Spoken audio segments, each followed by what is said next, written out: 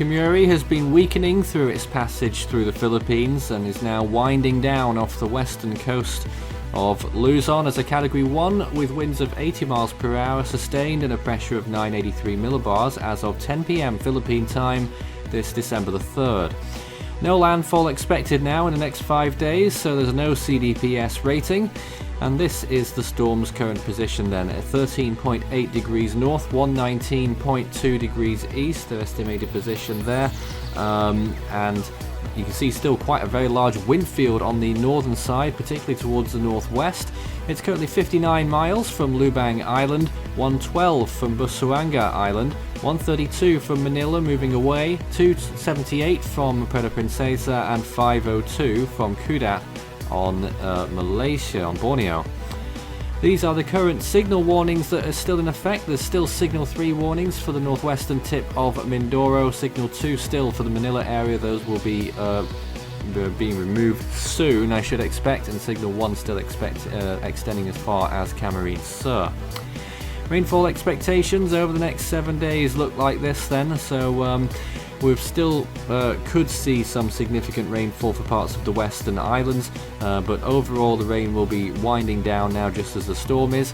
Still, we could be looking at storm totals of 500 millimeters of rainfall from the storm, but as you can see here, the track of the storm is moving well away from the Philippines at this point. You'll get some residual rainfall from the outer parts of Kammuri, but the main course of this storm is well and truly over for most of those islands rain-wise. Sea surface temperatures ahead of the storm are pretty chilly actually, around 24 degrees Celsius. It will be rising though as it moves towards the southwest, but the storm will have other problems to deal with by then. And this is the wind forecast then as we look towards the later part of the week. You can still see it there as a tropical storm or possibly a Category 1 typhoon, and then it will start to take that nosedive towards the southwest. It's very abrupt, and there it goes, Thursday, Friday, moving away from the scene, and will be no longer a tropical cyclone by the end of the week as it moves towards Borneo. So not much else to say about that. There were rumblings of another tropical cyclone out in the Philippine Sea. That hasn't come to fruition, and it doesn't look like it will.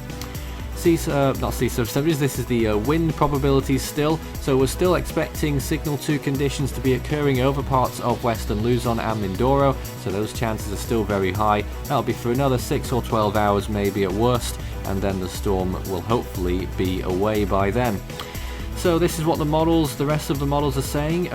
Interesting that 1 or 2 do have that secondary peak. HWRF has a little bit more strengthening back to Category 2 status tomorrow, but that may not happen still. Wind shear is going to be rising above 20 knots, maybe above 30 knots. That's going to be one of the real killers of the storm. Sea surface temperatures also dropping rather low as well. Relative humidity is average.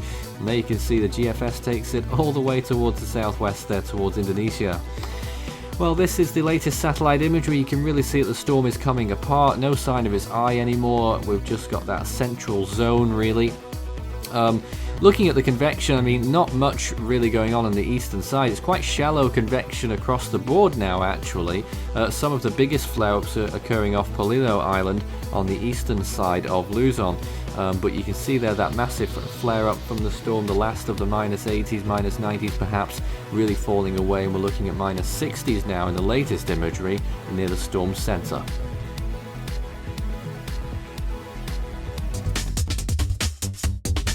You can follow Force 13's outlets, the website force13.com. You can also find our YouTube channel. If you're not there already, you may well be. Good chance of that. Subscribe if you haven't. You can also find our Facebook page, search Force 13 all in text, and our Twitter handle, it's at Force 13 on there. You can also help the project become even better by becoming a patron. You can see more information about all the benefits involved by visiting patreon.com/Force13. With a special thanks to these people for being our most valued patrons this month. You can also check out our growing merch store so you can show Force 13's colours wherever you go. You can also find a link to our Discord server underneath this video in the description.